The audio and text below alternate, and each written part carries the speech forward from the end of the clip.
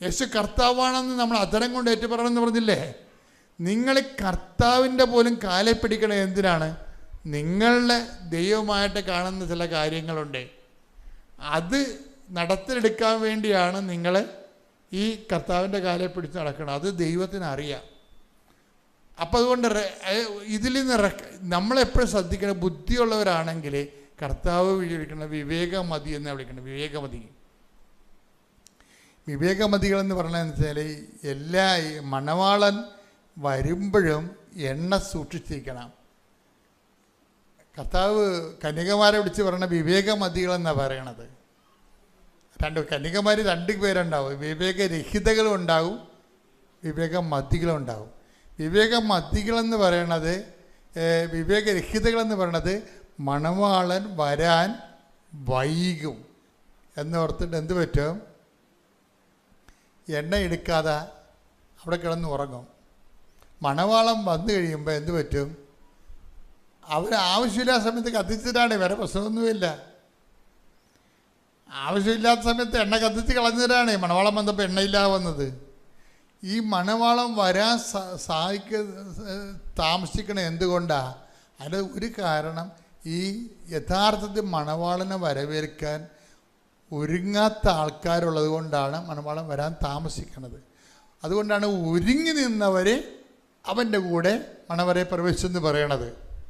അത് ആ വാക്ക് തന്നെയാണ് ഈശോ ഉപയോഗിച്ചിരിക്കുന്നത്. എങ്കിലും മനുഷ്യപുത്രൻ വരുമ്പോൾ ഭൂമിയിൽ വിശ്വാസം കണ്ടെത്തുമോ? അപ്പോൾ ഈ തെളിച്ച ദീപം എന്തിൻ്റെതാണ്? വിശ്വാസത്തിൻ്റെ ദീപമാണ് തെളിച്ചിരിക്കണത്. പലപ്പോഴും ദൈവം നോക്കണത് എണ്ണ വറ്റിക്കാനേ നോക്കത്തുള്ളൂ. എന്താണ് ദൈവത്തിൻ്റെ നടപടി എന്ന് വെച്ച് കഴിഞ്ഞാൽ ഫ്രോഡ് പാർട്ടിനെയൊക്കെ എലിമിനേറ്റ് ചെയ്ത് കളയുക എന്നുള്ളതാണ് സംഭവം. എന്താ വെച്ച് കഴിഞ്ഞാൽ ജോലി, വീട്, വിവാഹം, പിള്ളേർ, ഇതിനു വേണ്ടി മാത്രം ദൈവത്തിൻ്റെ കാലെ പിടിച്ച് നടക്കുന്ന ആൾക്കാരെ കുറച്ച് കഴിയുമ്പോൾ ദൈവം മാറ്റും. എപ്പോഴും അവിടെ എണ്ണ പറ്റിപ്പോവും. എപ്പോഴും നമ്മൾ ശ്രദ്ധിക്കണമെന്ന് വെച്ച് കഴിഞ്ഞാൽ, അതുകൊണ്ടാണ് ഈശോ ചോദിക്കുന്നത് മണവാളം വരാൻ വൈകും. അപ്പം എങ്കിലും മനുഷ്യപുത്രൻ വരുമ്പോൾ ഭൂമിയിൽ വിശ്വാസം കണ്ടെത്തുമോയെന്ന് ചോദിക്കും. അപ്പം മനുഷ്യപുത്രൻ വരുമെന്നുള്ള കാര്യം ഉറപ്പാണ്. പക്ഷെ വരുമ്പോൾ വന്നതും വരാത്തതും ഒരുപോലെയാകും. എന്താ കാര്യം? നിൻ്റെ എണ്ണ കത്തിപ്പോയി. നിനക്ക് ജോലി കിട്ടി, നീ കല്യാണം കഴിച്ചു, നിനക്ക് പിള്ളേരുണ്ടായി, പക്ഷേ എണ്ണ പറ്റിപ്പോയി. എന്താ കാര്യം? അത് ആണൊരു ട്രാജഡി. മനുഷ്യൻ സംഭവിക്കാൻ പോകുന്ന ഏറ്റവും വലിയ ട്രാജഡി അതാണ്. എന്താ കാര്യം? ദൈവം നീ ചോദിച്ചതെല്ലാം നിനക്ക് തരും, പക്ഷെ വരുമ്പോൾ നിൻ്റെ കയ്യിൽ വിശ്വാസം ഉണ്ടാകുമോ?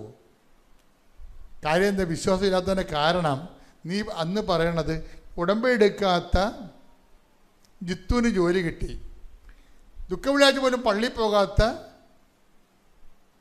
എൻ്റെ കൂട്ടുകാരത്തിൽ ജോലി കിട്ടി, അതുപോലെ ഇപ്പം എനിക്ക് കിട്ടിയെന്ന് പറയും. വിശ്വാസം പോയില്ലേ?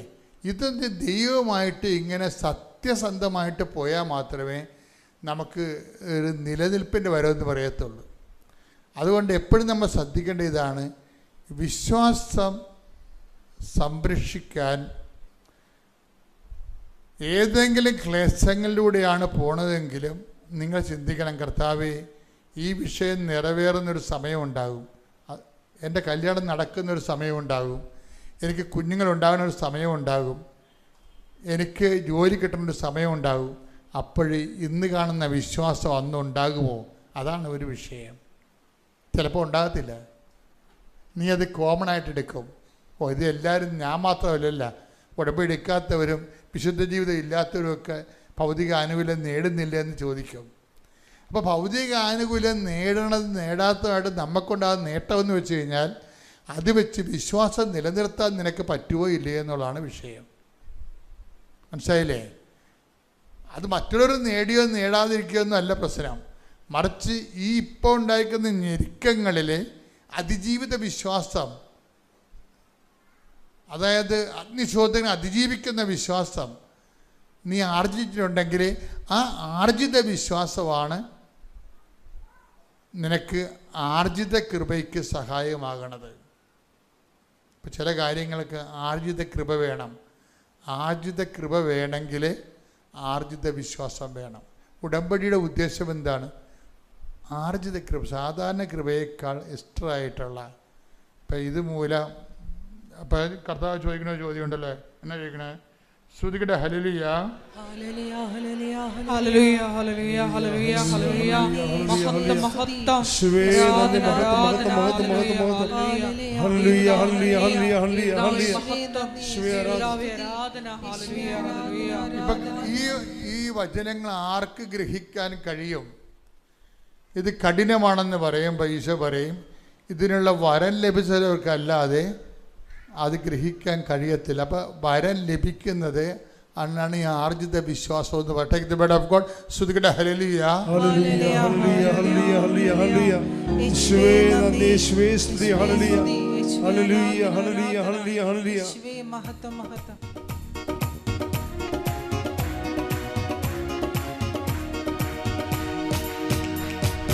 എന്റെ ദൈവം നീയാണേ, മഹത്വത്തിൽ തീയാണേ. എന്റെ ദൈവം നീയാണേ, മഹത്വത്തിൽ തീയാണേ. അണയാനാവാത്ത തീയാണേ, ആത്മാവിൻ തീയാണേ. അണയാനാവാത്ത തീയാണേ, ആത്മാവിൻ തീയാണേ. എന്റെ ദൈവം നീയാണേ, മഹത്വത്തിൽ തീയാണേ. എന്റെ ദൈവം നീയാണേ, മഹത്വത്തിൽ തീയാണേ. അണയാനാവാത്ത തീയാണേ, ആത്മാവിൻ തീയാണേ. അണയാനാവാത്ത തീയാണേ, ആത്മാവിൻ തീയാണേ. പല മാതാപിതാക്കന്മാരും കുടുംബങ്ങളും നിലനിൽക്കുന്നതും. എൻ്റെ കുടുംബം 120 കൊല്ലം മുമ്പ് ചേട്ടൻ അനിയനെ വെടിവെച്ച് വന്ന കുടുംബമാണ് എൻ്റെത്. എൻ്റെ ജീവിതത്തിൽ എഴുതിയിട്ടുണ്ടത്. ചേട്ടന് അനിയനെ വെടിവെച്ച് വന്നു. അപ്പോൾ എൻ്റെ അപ്പൻ എന്നോട് കുഞ്ഞുനാളിൽ പറയും, മകനെ ഇതാണ് നമ്മുടെ കുടുംബം. എന്തെങ്കിലും നിൻ്റെ കയ്യിൽ കാശായിരിക്കണ കാലത്ത് നമ്മുടെ കുടുംബത്തോട് കർത്താവ് പൊറുക്കുമെന്ന് പറയും. അപ്പം ഞാൻ എന്നും പ്രാർത്ഥിച്ചുകൊണ്ടിരുന്നത് എൻ്റെ കുടുംബത്തിൽ കാശ വരാൻ വേണ്ടി, എൻ്റെ കയ്യിൽ കാശ വരാൻ വേണ്ടിയാണ്. എനിക്കതിൻ്റെ അകത്ത് എന്തെങ്കിലും കർത്താവിന് കൊടുക്കണ പോലെയോ അല്ലെങ്കിൽ അത് നഷ്ടപ്പെട്ട പോലെയോ എനിക്ക് തോന്നിയിട്ടില്ല. എനിക്ക് തോന്നിയത് കർത്താവിനെ നേടിയെന്നാണ് തോന്നിയത്. അത് തോന്നിയത് മാത്രമല്ല, അത് പിന്നീടുണ്ടായിരുന്ന മുഴുവൻ അനുഭവങ്ങൾ അങ്ങനെയാണ്. ഞാൻ എപ്പോഴും ഈശോയോട് പറയവേ, 10ാം ക്ലാസ്സിൽ പെട്ടി എടുത്തിറങ്ങിയപ്പോഴേ നീ ഇത്രയും വലിയ സംഭവമാണെന്ന് എനിക്കറിയത്തില്ലായിരുന്നു. പക്ഷേ എനിക്കറിയാഞ്ഞ കാലത്ത് നീ എന്നെ വിളിച്ചതിന് നന്ദി പറയണമെന്ന് പറയും. അറിവുണ്ട്, എനിക്കറിയാഞ്ഞ കാലത്ത് നീ എന്നെ വിളിച്ചില്ലേ, അതിന് ഞാൻ നന്ദി പറയണത്. അതിനാണ് എൻ്റെ ഏറ്റവും വലിയ നന്ദി എന്ന് പറയണത്. നമുക്കറിയാഞ്ഞ കാലത്ത് നമ്മളെ വിളിച്ചു. ഇവിടെ വന്ന് അവൻ്റെ കൂടെ കൂടിയപ്പോഴല്ലേ മനസ്സിലായത് അവൻ ആരാണെന്ന്. അവനെക്കുറിച്ച് പഠിക്കാനൊത്ത്, അവനെക്കുറിച്ച് ചിന്തിക്കാനൊത്ത്, അവനെക്കുറിച്ച് ധ്യാനിക്കാനൊത്ത്, അവൻ്റെ കൂടെ ജീവിക്കാനൊത്ത്. എന്തൊരു സംഭവമാണ് ഈ ജീവിതം. അങ്ങ് നിത്യത വരെയല്ലേ പോണത്. ശ്രുതികടെ hallelujah hallelujah hallelujah hallelujah hallelujah hallelujah hallelujah hallelujah. ദൈവപിതാവേ നന്ദി, ദൈവപിതാവേ മഹത്വം, ദൈവപിതാവേ ആരാധന. ഹല്ലേലൂയ. പേര് അലക്സ്. ഇത് ഞങ്ങളുടെ ബാവ റെയിലിൻ മറിയം അലക്സ്. ഇന്ന് ഈ അൾത്താരയിൽ നിൽക്കാൻ ഉള്ള അനുഗ്രഹം തന്നതിന് അമ്മ മാതാവിനും ഈശോയ്ക്കും 1000 നന്ദി. ഞാൻ ഉടമ്പടി എടുക്കുന്നത് ഓൺലൈൻ ഉടമ്പടിയാണ്. ഞാൻ ആദ്യമായിട്ട് കൃപാസനത്തിൽ വരുന്നത് 2022 എൻ്റെ അമ്മയ്ക്കൊരു കൂട്ടായിട്ടാണ് ഞാൻ വരുന്നത്. അന്ന് ഈ ക്യാമറ ഇരിക്കുന്നതിൻ്റെ ബാക്കിലൊരു തൂണുണ്ട്. അന്ന് ഇവിടെ വന്ന് നിന്ന് എനിക്ക് ട്രാവൽ സിക്നസ് ഉണ്ട്. അപ്പം ഞാൻ അതിന് ഗുളിക കഴിച്ചിട്ടാണ് വരുന്നത്. അപ്പം ഭയങ്കര ഓർക്കക്ഷീണത്തിലാണ് ഞാൻ വന്നത്. അമ്മ ഉടമ്പടി എടുക്കാൻ പോകുന്ന സമയത്തൊക്കെ ഞാൻ ഇവിടെ വന്നിരുന്ന് ക്ലാസ്സൊക്കെ കൂടിയ സമയത്ത് ഞാൻ ഇവിടെ ഇരുന്ന് ഉറങ്ങുമായിരുന്നു സത്യം പറഞ്ഞാൽ. അപ്പം ഉടമ്പടി എടുക്കുന്നതിന് തൊട്ട് മുന്നേ അമ്മ എന്നോട് ചോദിച്ചായിരുന്നു, എടി നീ എടുക്കുന്ന ഉടമ്പടി? ഞാൻ പറഞ്ഞു, അമ്മ എനിക്ക് ഇതിനെപ്പറ്റി യാതൊരു ഐഡിയ ഇല്ല, അമ്മ തന്നെ എടുത്താൽ മതി, വെറുതെ എടുത്തിട്ട് ഉഴപ്പുന്നതിലും നല്ലത് എടുക്കാതിരിക്കുകയല്ല, കാരണം അമ്മ എടുത്താൽ മതി എന്ന് പറഞ്ഞ് ഞാൻ ഈ മൂലക്കിരുന്ന് ഉറങ്ങുമായിരുന്നു. അത് കഴിഞ്ഞിട്ട് പിന്നെ എനിക്കൊരു ഇതുണ്ടായിരുന്നു, ഞാൻ ഉറങ്ങിയ സ്ഥലത്ത് വന്നിരുന്ന് ഉണർന്നിരുന്ന് പ്രാർത്ഥിച്ചിട്ടേ ഞാൻ ഉടമ്പടി എടുക്കുകയുള്ളൂ എന്നൊക്കെ എനിക്കൊരു ആഗ്രഹം ഉണ്ടായിരുന്നു. പക്ഷേ സാഹചര്യം സമ്മതിച്ചില്ല. 2023 ഞങ്ങൾ കാനഡയിലായിരുന്ന സമയത്ത് ഞാൻ ആദ്യമായിട്ട് ഓൺലൈൻ ഉടമ്പടി എടുക്കുന്നത് ജൂൺ മാസത്തിലായിരുന്നു. അതുകൊണ്ട് എടുക്കാനുള്ള സാഹചര്യം എന്തായിരുന്നു എന്ന് വെച്ചാൽ, ജൂൺ മാസം 2023 ഞാൻ ആദ്യമായിട്ട് കൺസീവ് ആയത് ഞങ്ങളൊരു കുഞ്ഞിന് പ്രിപ്പയർഡ് ആയിരുന്നോ എന്ന് ചോദിച്ചാൽ ഞങ്ങൾ പ്രാർത്ഥിച്ചൊരുങ്ങി ഇരിക്കുന്ന സമയമൊക്കെ ആയിരുന്നു. പക്ഷേ ഞങ്ങൾക്ക് ആ സമയത്ത് ഒരു കുഞ്ഞ് വരും എന്ന് ഞങ്ങൾ ഒട്ടും പ്രതീക്ഷിക്കാത്ത സമയത്തായിരുന്നു ഞാൻ ആദ്യമായിട്ട് കൺസീവ് ആയെന്ന് ഞാൻ അറിയുന്നത്. ജസ്റ്റ് ഒരു റാൻഡം ചെക്കിൽ ഞങ്ങളിങ്ങനെ അറിയുമായിരുന്നു, ഓക്കെ ഞാൻ പ്രഗ്നൻ്റ് ആണ് എന്നുള്ള കാര്യം ഞങ്ങളിങ്ങനെ അറിയുമായിരുന്നു. അപ്പോൾ ഞങ്ങൾക്ക് ഒത്തിരി സന്തോഷമായിരുന്നു. കാരണം അതെൻ്റെ ഇച്ചായൻ്റെ ബർത്ത്ഡേയുടെ, ഇച്ചായെന്ന് പറഞ്ഞാൽ ഹസ്ബൻഡിൻ്റെ ബർത്ത്ഡേയുടെ തലേദിവസമായിരുന്നു. ഞങ്ങൾക്ക് ഭയങ്കര സന്തോഷമായിരുന്നു. അതിലും വലിയൊരു ഗിഫ്റ്റൊന്നും ഞങ്ങൾക്ക് കിട്ടാനില്ല എന്നുള്ള രീതിയിൽ ഞങ്ങൾക്ക് ഭയങ്കര സന്തോഷത്തിലൊക്കെ ആയിരുന്നു ഞങ്ങൾ. അങ്ങനെ ഇരുന്ന സമയത്ത് ഞാൻ ഡ്യൂട്ടി ചെയ്തുകൊണ്ടിരുന്ന സമയത്ത് ഒരു ദിവസം എനിക്ക് ഭയങ്കരമായിട്ട് വയറ്റിൽ വേദന വന്നു, ബ്ലീഡിങ് ആയി. ഞാൻ എന്നിട്ട് എൻ്റെ ഹസ്ബൻഡിനെ ഫോൺ വിളിച്ചു. ഞാൻ ഹോസ്പിറ്റലിൽ പോയി. ഇപ്പോൾ കാനഡയിലായത് കാരണം തന്നെ നമുക്ക് എമർജൻസി ഡിപ്പാർട്ട്മെൻറ്റിലേ നമുക്ക് ആക്സസ് കിട്ടത്തുള്ളൂ. നമ്മളവിടെ വർക്ക് ചെയ്യുന്ന കാര്യം, ഞാനൊരു നേഴ്സാണ്, പക്ഷേ അവിടെ വർക്ക് ചെയ്യുന്ന കാര്യമൊന്നും അതൊരു ബോധേഡല്ല. നമുക്ക് എമർജൻസി ഡിപ്പാർട്ട്മെൻറ്റിലേ നമുക്ക് പോകാൻ പറ്റുള്ളൂ. പോയാലും അതൊരു 5-6 മണിക്കൂർ വെയിറ്റ് ടൈം മിനിമം കഴിഞ്ഞിട്ടേ നമുക്ക് എമർജൻസി ഡിപ്പാർട്ട്മെൻറ്റിൻ്റെ ഉള്ളിൽ നമുക്ക് കയറാൻ തന്നെ പറ്റുള്ളൂ. ആ ഒരു സമയത്തിനുള്ളിൽ തന്നെ എനിക്ക് ഭയങ്കരമായിട്ട് വയറുവേദന കൂടി, ബ്ലീഡിങ് ആയി. അപ്പം ഞാൻ മെറ്റേണിറ്റി നേഴ്സും കൂടെ ആയത് കാരണം എനിക്ക് ഏകദേശം ഒരു ഐഡിയ ഉണ്ടായിരുന്നു. പിന്നെ അവരെൻ്റെ ബ്ലഡ് കളക്ട് ചെയ്തു, അതിൻ്റെ റിപ്പോർട്ടൊക്കെ വന്നപ്പോൾ എനിക്ക് കാര്യം ഏകദേശം മനസ്സിലായി, ഇതൊരു മിസ്കാരേജിലോട്ടാണ് നീങ്ങുന്നതെന്ന് എനിക്ക് മനസ്സിലായി. അപ്പോൾ തൊട്ട് എനിക്ക് ഉള്ളിൽ ഭയങ്കര വിഷമം തുടങ്ങി. എന്നാലും ഡോക്ടർമാർ ഉള്ളിൽ വിളിച്ചു, ഇത് ഒരു എക്ടോപിക് പ്രഗ്നൻസി വല്ലതും ആണോ, ട്യൂബിലാണോ എന്നൊക്കെ അറിയാൻ വേണ്ടിയിട്ട് അവർ പിന്നെയും കുറേ ടെസ്റ്റുകളൊക്കെ ചെയ്തു. അൺഫോർച്ചുനേറ്റ്ലി ഞങ്ങൾക്ക് ആ കുഞ്ഞിനെ നഷ്ടമായി. അത് ഞങ്ങൾക്കൊരു വലിയ സങ്കടമായിരുന്നു. എനിക്ക് പ്രത്യേകിച്ച് അത് ഒട്ടും താങ്ങാൻ പറ്റാത്ത രീതിയിലുള്ളൊരു സങ്കടമായിരുന്നു. പിന്നെ അധികം റെസ്റ്റും കാര്യങ്ങളൊന്നും പറ്റിയില്ലെങ്കിലും പിന്നെ ഡ്യൂട്ടിക്ക് പോകുന്ന സമയത്താണെങ്കിലും ഞാൻ ബാത്റൂമിൽ കയറിയിരുന്ന് കരയുക. എനിക്ക് ഒട്ടും നമുക്ക് അങ്ങ് അക്സെപ്റ്റ് ആയിട്ട് ഞാൻ വന്നില്ലായിരുന്നു ആ ഒരു സമയത്ത്.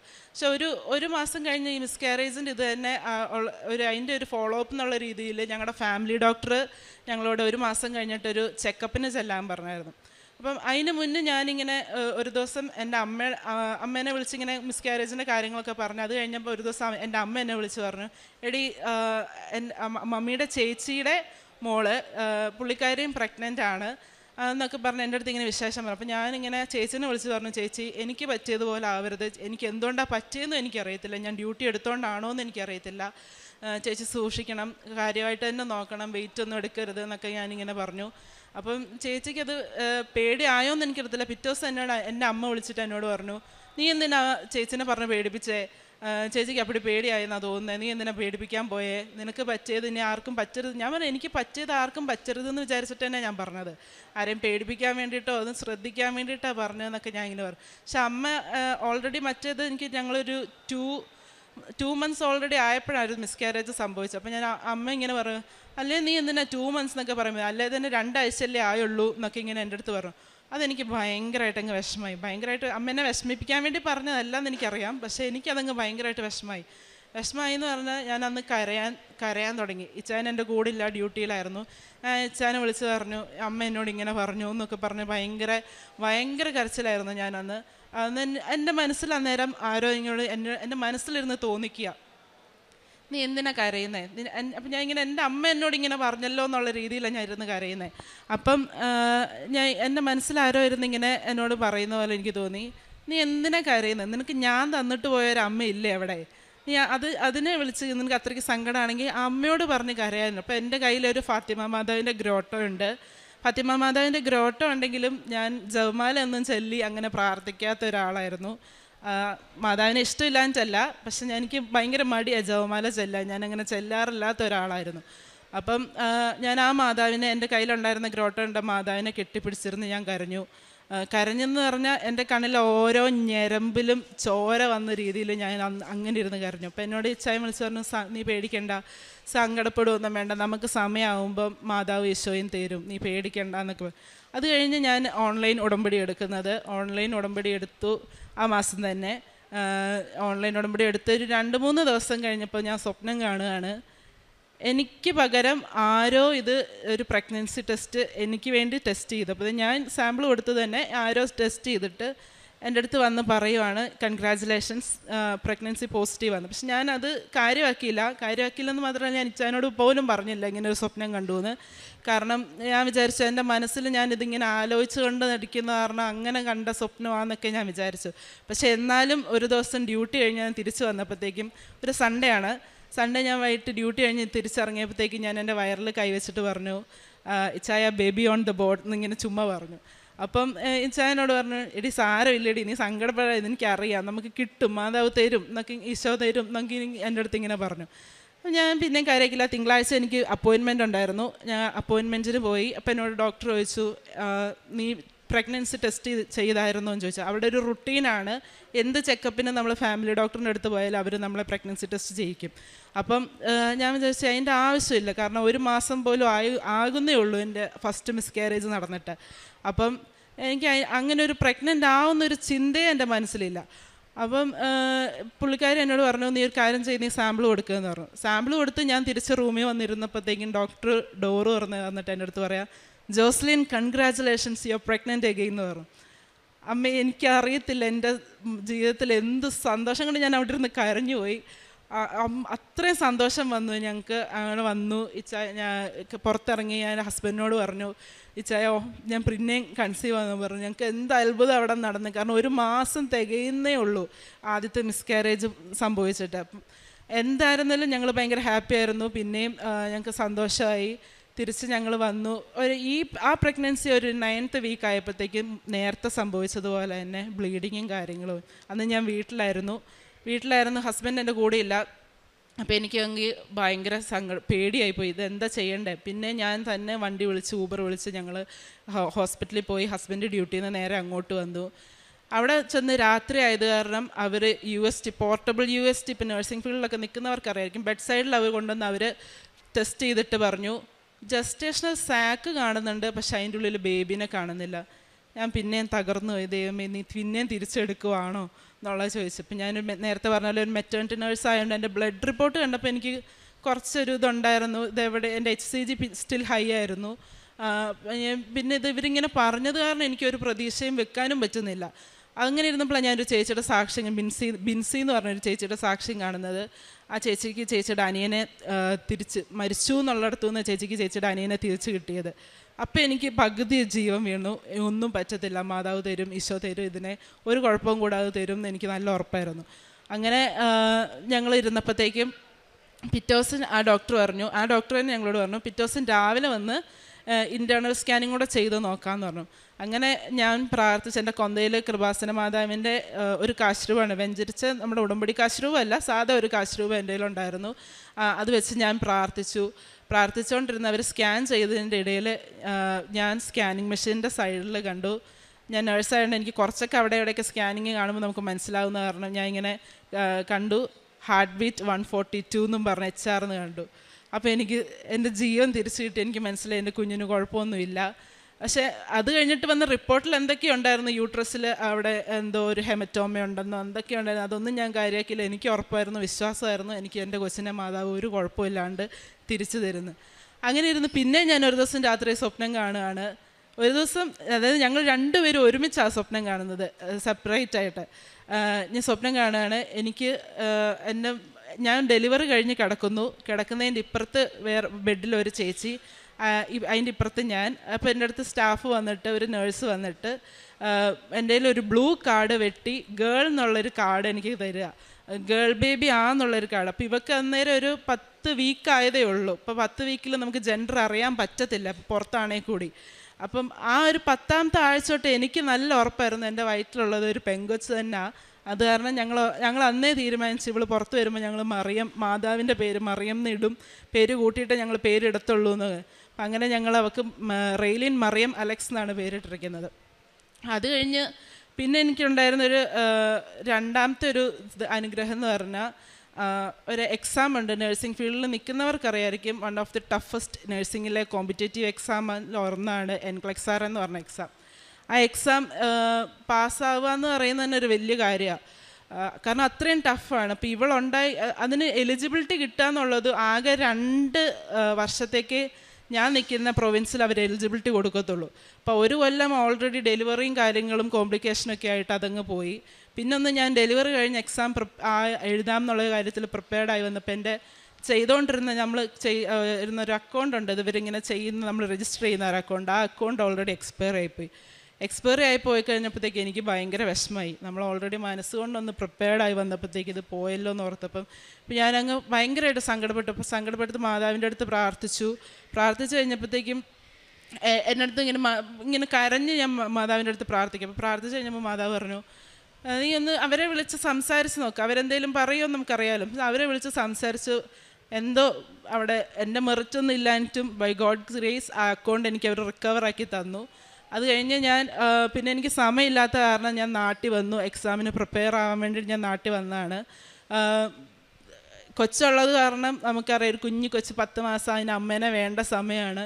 അതിനെ ഇട്ടിട്ട് എനിക്ക് ഒത്തിരി കാര്യങ്ങളും ഇങ്ങനെ പ്രിപ്പയർ ചെയ്യാനും എനിക്ക് പറ്റുന്നില്ല.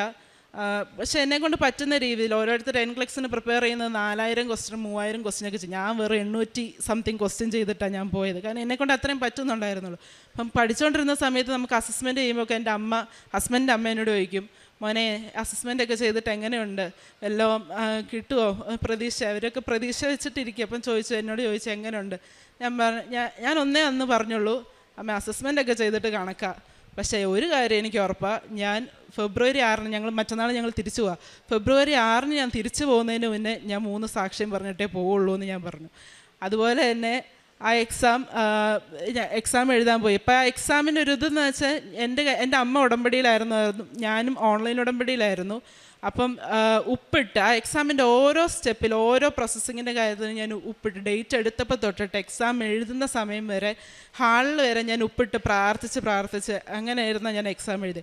പക്ഷേ എന്നിട്ടും എക്സാം എഴുതി കഴിഞ്ഞ് തിരിച്ചു വന്നപ്പോഴത്തേക്കും എക്സാം എഴുതി ഞങ്ങൾ ബാംഗ്ലൂരാണ് ഞാൻ എക്സാം എഴുതിയത്. എക്സാം എഴുതി കഴിഞ്ഞ് തിരിച്ചു വന്നപ്പോഴത്തേക്കും ഭയങ്കര പാടായിരുന്നു. ഞാനാണെങ്കിൽ ഡേറ്റ് ഇട്ട് പ്രാർത്ഥിക്കുകയൊക്കെ ചെയ്യായിരുന്നു. 2026 ജനുവരി 26 മുന്നേ എനിക്ക് എൻക്ലെക്സ് പാസ്സാവണം. ജനുവരി 26 എൻ്റെ ആദ്യ കുർബാന സ്വീകരിച്ച ദിവസമാണ്. അപ്പോൾ ആ ഡേ എനിക്ക് ഭയങ്കര സ്പെഷ്യലാണ്.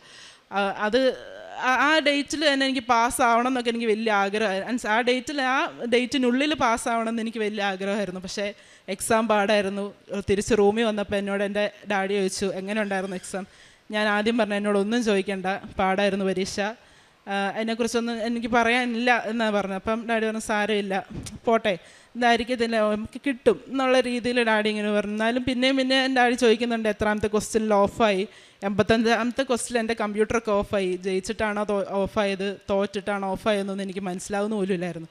അപ്പം അങ്ങനെ ഇരുന്ന് തിരിച്ച് ഞാൻ എയർപോർട്ടിലിരുന്നപ്പം തിരിച്ച് വരാൻ വേണ്ടി എയർപോർട്ടിലിരുന്ന് ഞാനിങ്ങനെ ആലോചിക്കുമോ, ഡേറ്റ് ഇട്ട് പ്രാർത്ഥിച്ചിട്ടൊന്നും കാര്യമില്ല, എൻ്റെ കാര്യത്തിൽ ഇതൊന്നും നടക്കത്തില്ലായിരിക്കും, ചിലപ്പം ഇതിലും വലിയ ആവശ്യങ്ങളും അനുഗ്രഹങ്ങളൊക്കെ വേണ്ട വരും, അപ്പം അങ്ങനെയുള്ള കാര്യങ്ങളിലൊക്കെ ഡേറ്റ് ഇട്ട് പ്രാർത്ഥിച്ചാലൊക്കെ നടക്കുകയുള്ളായിരിക്കും എന്നൊക്കെ വിചാരിച്ച് പിണങ്ങിയൊന്നുമില്ല. മാതാവിൻ്റെ അടുത്ത് പരിഭവം പറഞ്ഞില്ല. ഞാനിങ്ങനെ ഇരുന്ന് എൻ്റെ പൊട്ടബുദ്ധിയിലിരുന്ന് ആലോചിച്ചതാണ്. പക്ഷേ തിരിച്ച് ഫ്ലൈറ്റ് ഇറങ്ങി ഞങ്ങൾ തിരിച്ച് എയർപോർട്ടിൽ എത്തിയപ്പം ഫ്ലൈറ്റ് മോഡിൽ നിന്ന് ഫോൺ മാറിയപ്പം എനിക്ക് മെയിൽ വരുവാണ്. 2-3 ദിവസം കഴിയേണ്ട മെയിലാണ്. അന്ന് എനിക്ക് മെയിൽ വരുവാണ്, congratulations Joslin, we are informing that you have pass the NCLEX exam എന്നും പറഞ്ഞുകൊണ്ട്. അതെൻ്റെ ജീവിതത്തിൽ മറ്റൊരു വലിയൊരു അനുഗ്രഹമായിരുന്നു. ഞാൻ പ്രതീക്ഷിക്കാതെ വെറും 800 ക്വസ്റ്റ്യൻ ഈ കൊച്ചിനെ ഇട്ടിട്ട് ചെയ്തിട്ട് പോയത് മാതാവിൻ്റെ വലിയ അനുഗ്രഹവും ഉപ്പിട്ട് പ്രാർത്ഥിച്ചതും ഡേറ്റ് ഇട്ട് പ്രാർത്ഥിച്ചതിന് വലിയൊരു അനുഗ്രഹത്തിൽ നടന്ന ഒരു കാര്യമായിരുന്നു.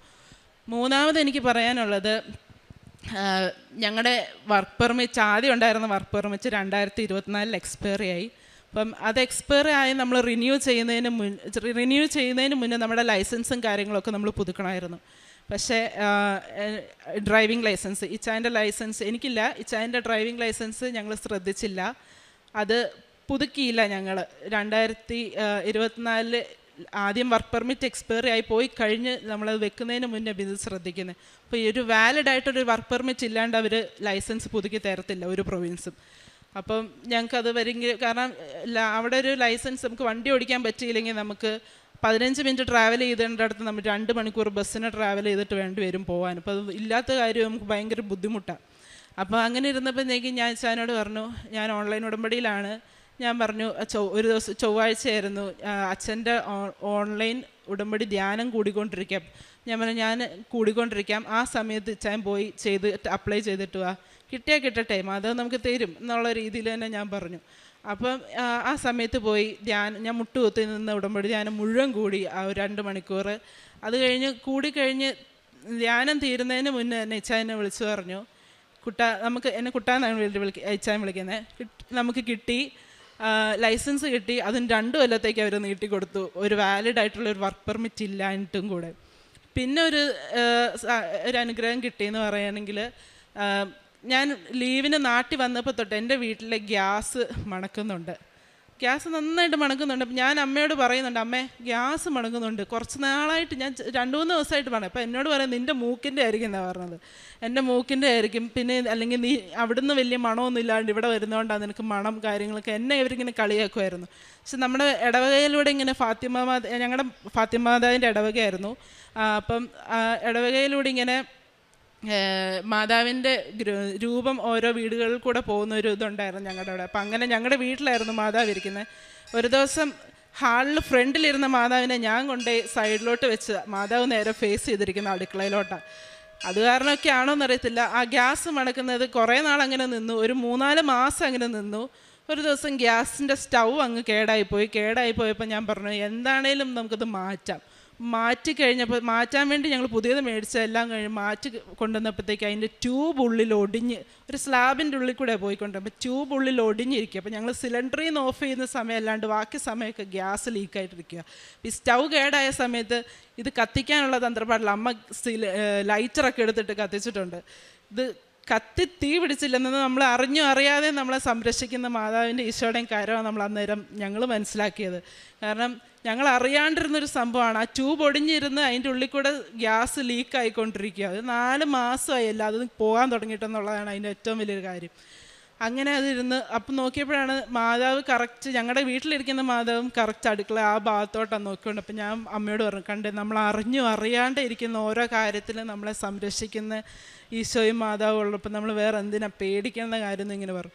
അങ്ങനെ ഒരു വലിയൊരു അപകടത്തിൽ നിന്ന് ഞങ്ങളെ മാതാവും ഈശോയും ഞങ്ങളെ സംരക്ഷിച്ചു. അത് ഞങ്ങൾ പോലും ചോദിക്കാത്തൊരു കാര്യം, ഞങ്ങൾ ഉടമ്പടിയിലോ ഒന്നിലും വെക്കാത്തൊരു കാര്യം, നമ്മൾ അറിയുന്നില്ല വീട്ടിൽ ഗ്യാസ് ലീക്കാവും എന്നുള്ള കാര്യമൊന്നും നമ്മൾ പ്രതീക്ഷിക്കാത്തൊരു കാര്യം. വേറൊരു കാര്യം, നമ്മളിപ്പം അച്ഛൻ ധ്യാനത്തിൻ്റെ ഇടയിലൊക്കെ എപ്പോഴും പറയും, സമയത്തിൻ്റെ മേൽ അധികാരമുള്ളതാ മാതാവിന്, അത് കാരണം സമയചുരുക്കത്തിന് മാതാവിനെ വിളിച്ച് നമ്മൾ പ്രാർത്ഥിക്കണം എന്നൊക്കെ പറയും. ശരിയാണ്, കാനായിലെ കല്യാണ പേരിൽ ഈശോയുടെ സമയമാവാനിട്ട് പോലും മാതാവ് അപേക്ഷിച്ചതിൻ്റെ പേരിൽ ഈശോ അന്നേരം അത്ഭുതം പ്രവർത്തിച്ചത്. അപ്പം ഞങ്ങളിങ്ങനെ പ്രാർത്ഥിക്കുകയൊക്കെ ചെയ്യുമ്പോൾ ഞങ്ങൾ PR-ന് ഫയൽ വെച്ചിരിക്കുകയാണ്. അപ്പോൾ ഫയൽ വെച്ചിരിക്കുന്ന സമയത്ത് ഇതൊരു ഓൾമോസ്റ്റ് ഇപ്പോൾ ഒരു 11 മാസമായിട്ട് ആ ഫയലൊന്നും അനങ്ങിയിട്ടില്ല. അപ്പം എൻ്റെ കൊച്ചിൻ്റെ മാമോസയായിരുന്നു ജനുവരി 26-ന്. അത് കഴിഞ്ഞ് ഞങ്ങൾ വേളാങ്കണ്ണി പോയി ഒരു ഫുഡ് പോയ്സൺ അടിച്ച് ഇന്നലെ വരെ ഞാൻ കിടപ്പായി കഴിഞ്ഞിട്ട് ഇങ്ങോട്ട് വരാൻ പറ്റത്തില്ല, സാക്ഷ്യം പറയാൻ പറ്റത്തില്ല എന്നൊക്കെ വിചാരിച്ചിരിക്കുമായിരുന്നു ഞാൻ. പക്ഷേ ഇന്നലെ വൈകുന്നേരം ആയപ്പോൾ എനിക്ക് കുഴപ്പമില്ലാണ്ട്, അപ്പോൾ ആ ഒരു ഗ്യാപ്പിൽ ഞാൻ അച്ഛനോട് പറഞ്ഞു, നമുക്ക് എന്താണെങ്കിലും കൃപാസനത്തിൽ പോവാം, സാരമില്ല. ഇപ്പോൾ ഒരു 3 സാക്ഷ്യം പറയുമെന്നാണ് ഞാൻ നേർന്നിരുന്നത്. ഒന്ന് എൻ്റെ കുഞ്ഞുണ്ടായത്, പിന്നെ NCLEX പാസ്സായതിൻ്റെ, അതായിരുന്നു എൻ്റെ മെയിൻ കാര്യങ്ങൾ.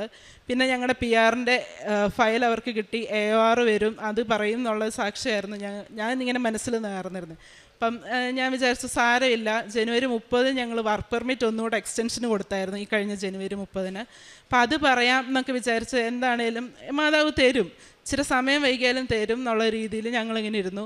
ഇന്നലെ എൻ്റെ കുഞ്ഞിന് ഇങ്ങോട്ട് വരുമ്പോഴത്തേക്കും അവൾക്ക് എക്സീമയുണ്ട്. അപ്പം വെയിലും കാര്യങ്ങളും ചൂടും കുറച്ച് പ്രശ്നമായിട്ട് ഞങ്ങൾ റൂം വന്ന് എടുത്ത് ബുക്ക് ചെയ്യാമെന്നൊക്കെ വിചാരിച്ച് ഇവിടെ വിളിച്ച് ഒരു 9:30 ആയപ്പോൾ ഞങ്ങൾ റൂം വിളിച്ച് ബുക്ക് ചെയ്ത് എല്ലാം കഴിഞ്ഞ് ഇങ്ങോട്ട് വരാൻ വേണ്ടി ഫുഡ് കഴിച്ച് നേരത്തെ കിടക്കാം, നേരത്തെ വെളുപ്പിനൊന്നും പോരാന്നൊക്കെ കരുതി.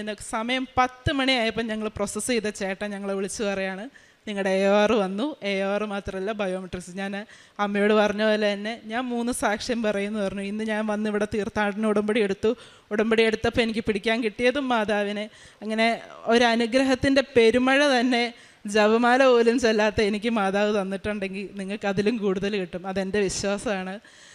പിന്നെ ഞാൻ ആദ്യം ഉടമ്പടി എടുത്തത് തന്നെ ആ സങ്കടപ്പെട്ടിരുന്ന സമയത്ത് ജപമാല ചെല്ലാം എന്നുള്ളൊരു, എൻ്റെ അമ്മ ജപമാല ചൊല്ലിയിട്ടാണ് ലാസ്റ്റ് സന്ധ്യാപ്രാർത്ഥനയ്ക്കുള്ളിൽ അതിൻ്റെ ലാസ്റ്റത്തെ സായന പ്രാർത്ഥന ഉടമ്പടിയുടെ ചെല്ലുന്ന ഞാൻ കണ്ടിട്ടുള്ളൂ. അപ്പോൾ എൻ്റെ വിചാരം ഉടമ്പടി എടുത്താൽ ജപമാല നിർബന്ധമായിട്ടും ചെല്ലണം എന്നായിരുന്നു. അപ്പം അങ്ങനെയാണ് ഞാൻ ഉടമ്പടി എടുത്തത് തന്നെ, ജപമാല ചൊല്ലാൻ വേണ്ടിയിട്ട്.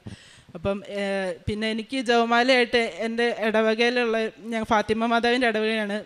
ഫാത്തിമ മാതാവ് മെയ് 13 പ്രത്യക്ഷപ്പെട്ട, അന്ന് മെയ് 13 എൻ്റെ ബർത്ത്ഡേ.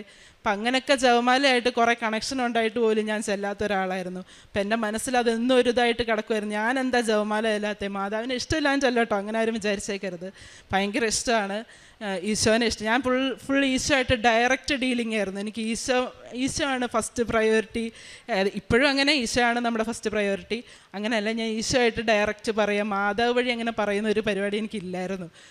പക്ഷെ എന്നാലും അത് മാതാവ് വഴി പറഞ്ഞാൽ നമുക്ക് കുറച്ചുകൂടെ എളുപ്പത്തിൽ അമ്മ പറഞ്ഞാൽ മകന് കേൾക്കാതിരിക്കാൻ പറ്റത്തില്ല എന്നുള്ളൊരു സംഭവം പിന്നെ എനിക്ക് മനസ്സിലായി. അത്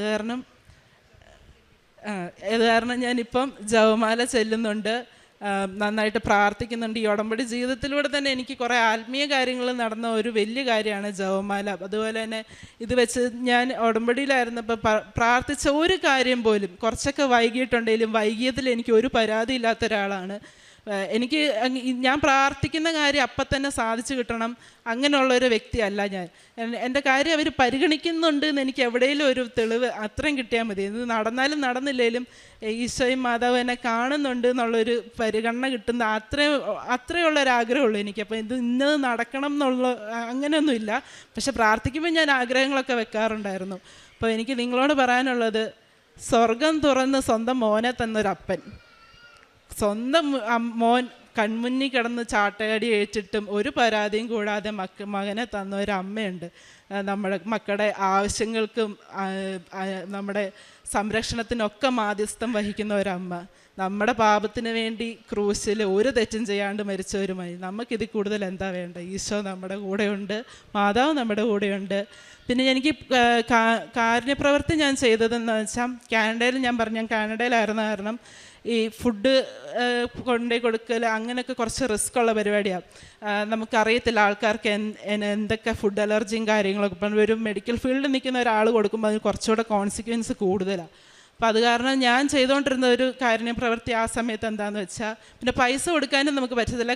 കാനഡയിലൊക്കെ ഡ്രഗ് ലീഗലായത് കാരണം അവരത് മിസ്യൂസ് ചെയ്യാനും ചാൻസ് ഉണ്ട്. അപ്പം ഞാൻ ചെയ്തൊരു പരിപാടി എന്താണെന്ന് വെച്ചാൽ, എൻ്റെ മുന്നിൽ ഒന്ന് സങ്കടത്തോടെ ഇരിക്കുന്നവരെ കാണുമ്പോൾ ഞാൻ അവർക്ക് വേണ്ടി ഒരു സ്വർഗ്ഗസ്നായ പിതാവേ നന്മ പറഞ്ഞറിയുമ്പോൾ ചെല്ലുമായിരുന്നു. പിന്നെ അത് കഴിഞ്ഞപ്പോൾ തൊട്ട് നമുക്ക് സോഷ്യൽ മീഡിയാസ് യൂസ് ചെയ്യുന്നവരായിരിക്കും മിക്കവരും. അതിലൊത്തിരി പേര് സഹായം അഭ്യർത്ഥിച്ച് ഓരോ കുഞ്ഞുങ്ങളുടെ ട്രീറ്റ്മെൻറ്റിനും അങ്ങനെയൊക്കെ ഉള്ളത്. അപ്പോൾ അവർക്കൊക്കെ ഞാൻ അങ്ങ് ചെയ്യുമായിരുന്നു. പിന്നെ പ്രേക്ഷിതവേല എന്ന് പറയുമ്പോഴത്തേക്കും നമ്മുടെ കൃപാസനത്തിലെ പത്രം ഓൺലൈനായിട്ട് ഷെയർ ചെയ്യും. ഇവിടുത്തെ അച്ഛൻ്റെ ധ്യാനങ്ങളും ടോക്കുകളും അങ്ങനെ ഞാൻ ഷെയർ ചെയ്യുമായിരുന്നു മീഡിയ വഴി. പിന്നെ ഇങ്ങനെ അറിയാത്തവർക്കും അറിഞ്ഞവർക്കും എനിക്ക് കിട്ടുന്ന സാക്ഷിയൊക്കെ ഞാൻ പിടിച്ചിരുത്തി പറയുമായിരുന്നു. പ്രത്യേകിച്ച് എൻ്റെ വീട്ടുകാരുടെ അടുത്ത്, വീട്ടിൽ കുറച്ച് വിശ്വാസമായിട്ട് പുറകോട്ട് നിൽക്കുന്നവരുടെ അടുത്ത് ഞാൻ പിടിച്ചിരുത്തി എനിക്ക് കിട്ടിയ സാക്ഷ്യം പറഞ്ഞ് അവരെ കൊണ്ട് ഉടമ്പടി എടുപ്പിക്കാനൊക്കെ നോക്കുമായിരുന്നു. അങ്ങനെയാണ് എൻ്റെ പ്രേക്ഷിത ജീവിതം നടന്നത്. ഇന്നിപ്പം എന്നെ കേട്ടുകൊണ്ടിരിക്കുന്ന എല്ലാവർക്കും ഈശോയുടെയും മാതാവിൻ്റെയും ഒരുപാട് അനുഗ്രഹങ്ങൾ, നിങ്ങളുടെ ആവശ്യങ്ങളും ആഗ്രഹങ്ങളും ഒക്കെ നടക്കട്ടെ. നടന്നില്ലെങ്കിൽ ആരും വിഷമിക്കരുത്. അത് നിങ്ങൾ കാണാതെ പോയ എന്തോ ഒരു കാര്യത്തിലുള്ള സംരക്ഷണമായിട്ട് മാത്രം കരുതുക. അത്രയേ ഉള്ളൂ. നന്ദി.